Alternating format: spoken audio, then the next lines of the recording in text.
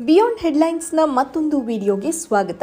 ಈ ವಿಡಿಯೋದಲ್ಲಿ ನಾನು ಸರ್ಕಾರಿ ಶಾಲೆಗಳಲ್ಲಿ ಸ್ಪೋಕನ್ ಇಂಗ್ಲಿಷ್ ತರಗತಿಗಳು ಕೇವಲ ಘೋಷಣೆಗೆ ಸೀಮಿತವಾಗಿದೆ ಅನ್ನೋದರ ಬಗ್ಗೆ ತಿಳಿಸ್ತೀನಿ. ಗ್ರಾಮೀಣ ಭಾಗದ ಸರ್ಕಾರಿ ಶಾಲಾ ಮಕ್ಕಳಿಗಾಗಿ ಸ್ಪೋಕನ್ ಇಂಗ್ಲಿಷ್ ತರಗತಿ ನಡೆಸೋದು ಪದೇ ಪದೇ ಘೋಷಣೆಗಷ್ಟೇ ಸೀಮಿತವಾಗಿಬಿಟ್ಟಿದೆ. ವಾಸ್ತವದಲ್ಲಿ ರಾಜ್ಯದ ಸರ್ಕಾರಿ ಶಾಲೆಗಳಲ್ಲಿ ಸರ್ಕಾರದ ಆದೇಶವೆಂಬಂತೆ ಎಲ್ಲೂ ಸ್ಪೋಕನ್ ಇಂಗ್ಲಿಷ್ ತರಗತಿಗಳು ನಡೀತಾ ಇಲ್ಲ.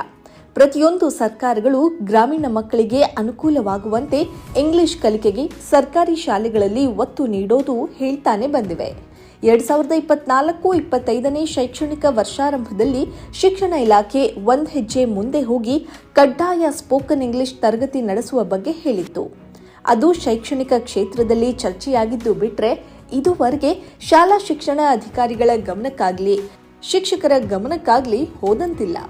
ರಾಜ್ಯದ ಪ್ರಾಥಮಿಕ ಮತ್ತು ಪ್ರೌಢಶಾಲೆಗಳಲ್ಲಿ ಪ್ರತಿ ಶನಿವಾರದ 3ನೇ ಅವಧಿಯ ತರಗತಿಯಲ್ಲಿ ಸ್ಪೋಕನ್ ಇಂಗ್ಲಿಷ್ ನಡೆಸಲು 2024-25ನೇ ಶೈಕ್ಷಣಿಕ ವರ್ಷದ ಆರಂಭದಲ್ಲೇ ಶಿಕ್ಷಣ ಇಲಾಖೆ ನಿರ್ಧರಿಸಿ ಕ್ರಮಕ್ಕೆ ಸೂಚನೆ ಕೊಟ್ಟಿತ್ತು. ಆದರೆ ಅದು ಸುದ್ದಿಗಷ್ಟೇ ಸೀಮಿತವಾಗಿದ್ದು ರಾಜ್ಯದ ಸರ್ಕಾರಿ ಶಾಲೆಗಳಲ್ಲಿ ಕಡ್ಡಾಯ ಸ್ಪೋಕನ್ ಇಂಗ್ಲಿಷ್ ತರಗತಿಗಳು ನಡೀತಾ ಇಲ್ಲ.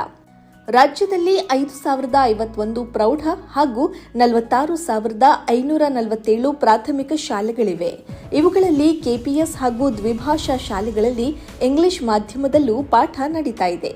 276 ಕೆಪಿಎಸ್ ಹಾಗೂ 2,404 ದ್ವಿಭಾಷಾ ಶಾಲೆಗಳಲ್ಲಿ ಮಾತ್ರ ಇಂಗ್ಲಿಷ್ಗೆ ತುಸು ಒತ್ತು ನೀಡಲಾಗ್ತಾ ಇದೆ.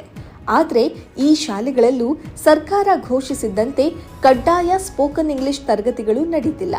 46,000 ಪ್ರಾಥಮಿಕ, 10,000 ಪ್ರೌಢಶಾಲಾ ಶಿಕ್ಷಕರ ಕೊರತೆ ಇದೆ. ಇವುಗಳಲ್ಲಿ ಬಹುತೇಕ ಇಂಗ್ಲಿಷ್ ಶಿಕ್ಷಕರ ಹುದ್ದೆಗಳೇ ಖಾಲಿ ಇವೆ. ಶಾಲೆಗಳಲ್ಲಿ ಆರಂಭಿಕ ಇಂಗ್ಲಿಷ್ ಕಲಿಸೋದೇ ಕಷ್ಟವಿರುವಾಗ ಸ್ಪೋಕನ್ ಇಂಗ್ಲಿಷ್ ನಡೆಸೋದು ಸವಾಲೇ ಸರಿ.